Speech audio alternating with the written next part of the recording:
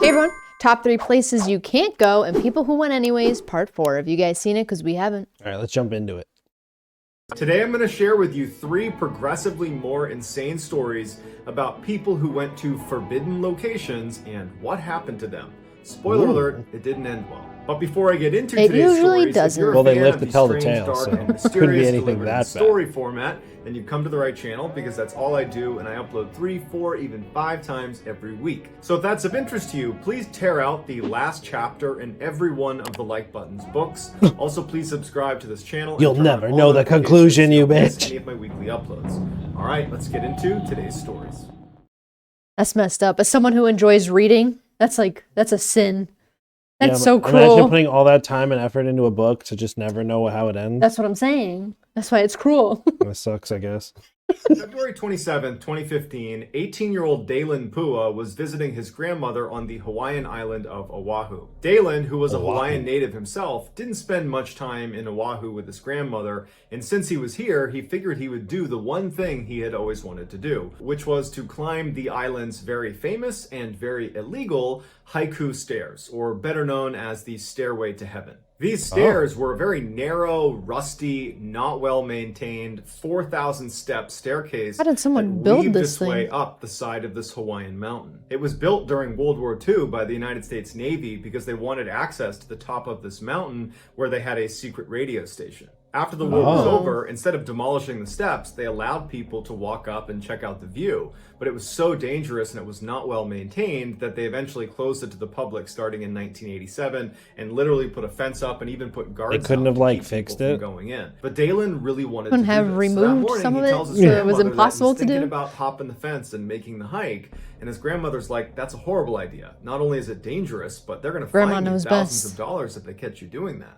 Dalen backed down from what he said, and he said, okay, I won't go. And he kind of played it off like, I'm not going to go. But then he did it anyway. But sure enough, right after breakfast, he slipped out of the house, hopped on a bus, and he made his way over to the base of these stairs. Even though it was totally illegal and he was incriminating himself, he was so excited about going on this hike that he documented the whole trip by posting pictures of it to his social media. And so oh my God. Just incriminate yourself. He posts a picture as he's about to start this hike, and then all morning he's taking pictures along the way up these 4,000 stairs. But then around 11 a.m. that morning, the posting stops abruptly, and he hasn't reached the summit. And you figure if you're going to do this hike and you're already posting pictures of just the way up, certainly when you get to the summit, you're going to take a whole bunch of pictures and post all of those, because that's the prize at the end of this hike. But for whatever reason, the posting stopped at 11 and he clearly hadn't reached the summit yet. And by that night, when he didn't come home, the family was really concerned and they told police. Police launched this huge search for him. They're looking all over the stairs. They got helicopters out. The Navy gets involved. Oh my God. There's no sign of him. He's just vanished. When they couldn't find him after several days, they had to call the search off, and the assumption was, well, you're doing something dangerous. There's a reason this is off limits. He probably slipped at some point and fell down the mountain. That's why this is off limits. It's not safe. But when people reviewed some of his last photos that he had posted to social media, they noticed something in this picture. This shot looks like he's just taking a picture of the dense forest around the stairs. There's someone there. But if you look more closely, there is a man very clearly crouched down a little ways down the trail that appears to be hiding. And many people believe that that guy was following Dalen and at some point attacked him. That Dalen didn't fall off the mountain. He was abducted or killed. To this day, Dalen has never been found, and that mystery man has never been identified. No! What happens when you go up places you're not supposed to? The most remote island in the world. Or fix the stairs and then make it safe for people again. It is an uninhabited 19 square mile chunk of rock and ice situated in the South Atlantic. If you were looking on a map and drew a 1,000 mile radius around why would anyone go there? Seriously, why would anyone go there? No land. There is nothing. In fact, the nearest land is 1,100 miles away, and it's Antarctica. That's not permanently inhabited. All these stories are places you're not supposed to go to. Is South Africa, and that's 1,600 miles away. The island is so far away from anything that in 1979, Israel and South Africa dropped 2 nuclear bombs on it. Why? The only reason anybody found out about it is because a US satellite happened to be looking in its direction and it saw 2 bright flashes of light, and they were like, I wonder what that is. And then it turned out to be nuclear testing. For the very few people that have gone to Bouvet Island, imagine visiting at the worst time. Just get nuked. Because all around the edges of this island are these jagged ice cliffs, And then the water is treacherous down near the edge of these cliffs with very strong currents. If you were to fall in, you'd get sucked up and probably underneath some of these rocks, and then you're done for. So nearly anyone who's stepped foot on Bouvet Island has taken a helicopter and flown the long, sketchy flight, hoping you don't hit a storm because you can't land anywhere. You're in the middle of nowhere with no land, all the way to Bouvet Island. And then anyone that's been on Bouvet Island only stays for like a few minutes because they're so worried about a storm rolling in. And the weather at Bouvet Island is famously bad, and storms are constantly rolling in. Oh, and Bouvet Island is an active volcano. So it's this my horrible God. place that nobody goes People to just or should nuking go the to. island? But That's actually a people volcano? In 1964, British explorer Alan Crawford was sent out to Bouvet Island with a team of scientists to inspect the northwest corner of the island where a recent lava flow had created a shelf that looked like you could potentially build a building on it. And the British wanted to stand up a weather station out there, but they needed someone to go out there No, and give the green thank light. So on you. April 2nd, 1964, Crawford and his crew departed South Africa and began the long helicopter ride. When they finally touched down on Bouvet Island, everybody was on edge because you are in the most remote place in the world, and if anything happens to you, there's no help coming for you. So people were eager to get the work done, survey the area, and get right back on the helicopter and leave. So the team immediately gets to work surveying the site, while Crawford decides to just for a couple minutes to step over the ridge and just look out at the island. He was fascinated with Bouvet Island, and he just wanted to get a better look at it. So he walks up this embankment and he crests the hill and he looks down, and there's this little rocky alcove that he can see the water. It's at this one area of the island where there's a little bit of a beach, and he sees a wooden lifeboat that's kind of half sunken sitting in the shallow waters of this lagoon. He couldn't believe it because he knows it's not theirs because they came in on helicopter. And he's also thinking, like, how could this boat have gotten here at all? The nearest land is 1,100 miles away. Yeah. So he starts walking down towards the boat, and he sees on the beach 2 wooden oars that he assumes go with the boat. No next to them people is live a here? wooden copper tank that's used to catch water, and then next to that was a wooden barrel, which also would have been used to store water. He starts looking around the beach for other signs of human life, and there are none. There's no tent, there's no clothes, there's no human remains. He finally gets down to the beach and actually wades out the little ways into the water to actually inspect this lifeboat. And he starts looking for identifying marks or numbers on the boat that might give away where it's from, but there's no significant marking on the boat. It was in pretty good shape, but there was just nothing to give away where it was from. Because Crawford knew they had very little time before they were going to leave the island, he ran back on shore and he looked around on the beach some more. He walked up the hill a ways to get a look down the island to see if there's any sign of human life on this island, but there's none. And so he goes back over to his team and he tells them what he's found.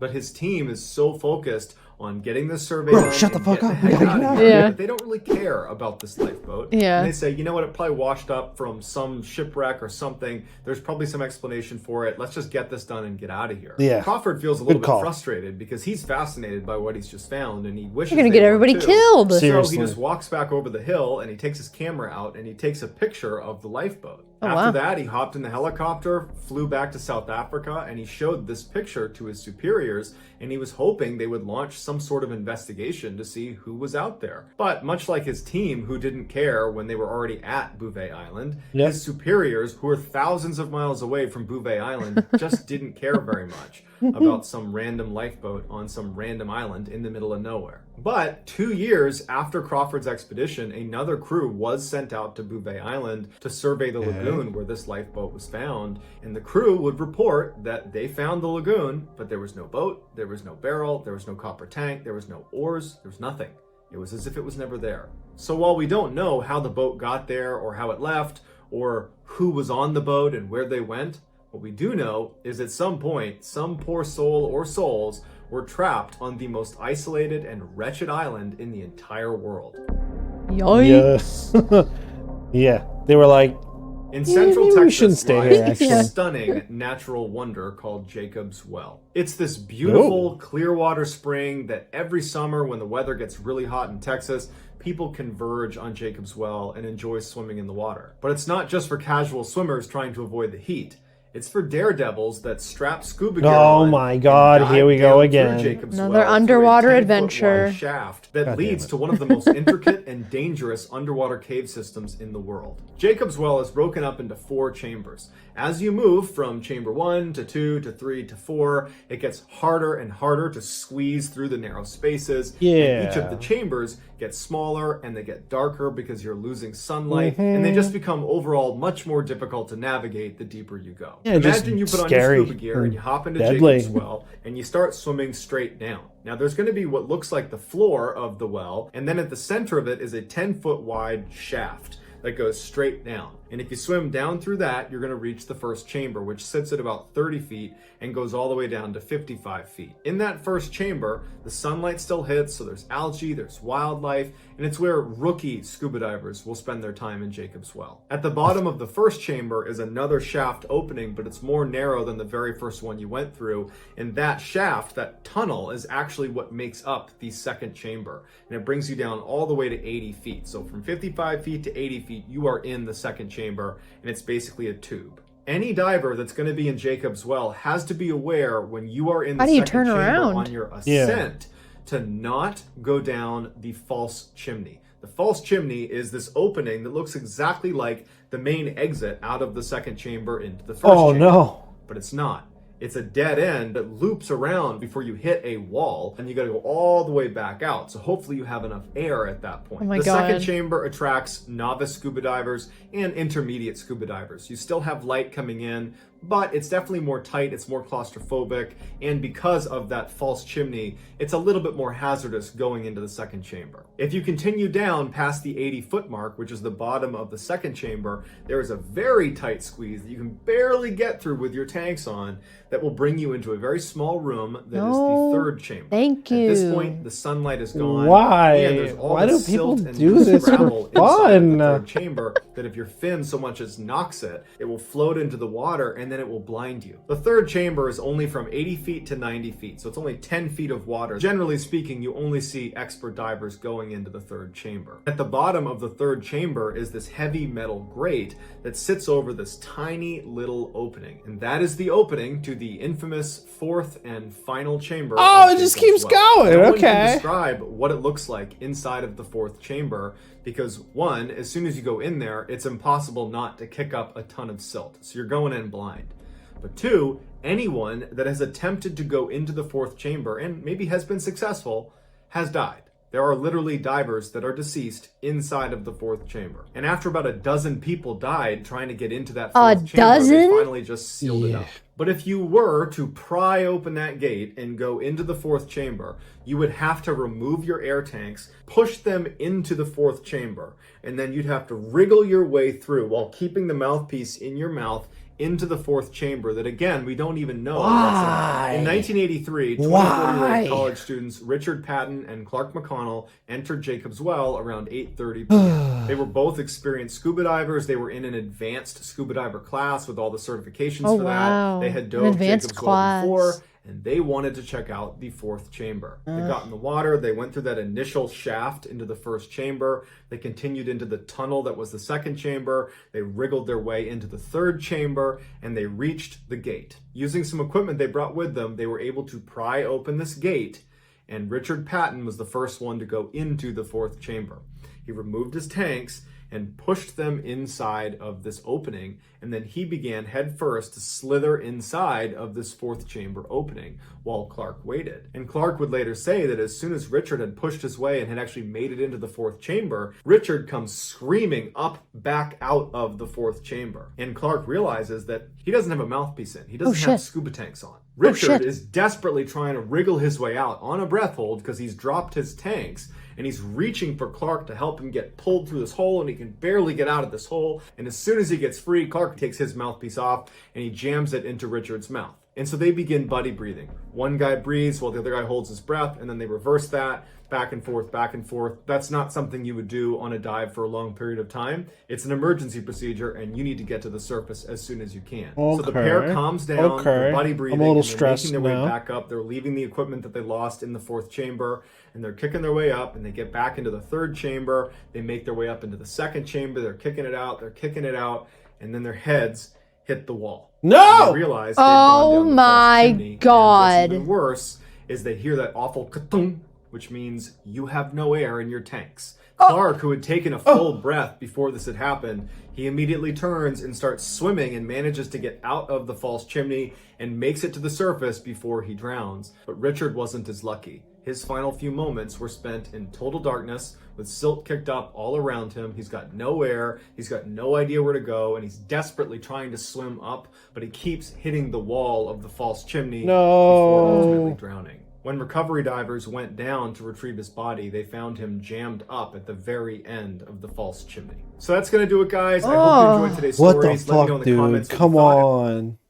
Why did they do this, man? Why did they do this? I'm not about these like scuba stories in their caves. Ugh. These diving adventures, I don't see the see appeal. You can't see. Can't take photos. Clearly, more than enough people have tried. I know. And they like... They're like, I'll be the lucky one. That's what they all thought.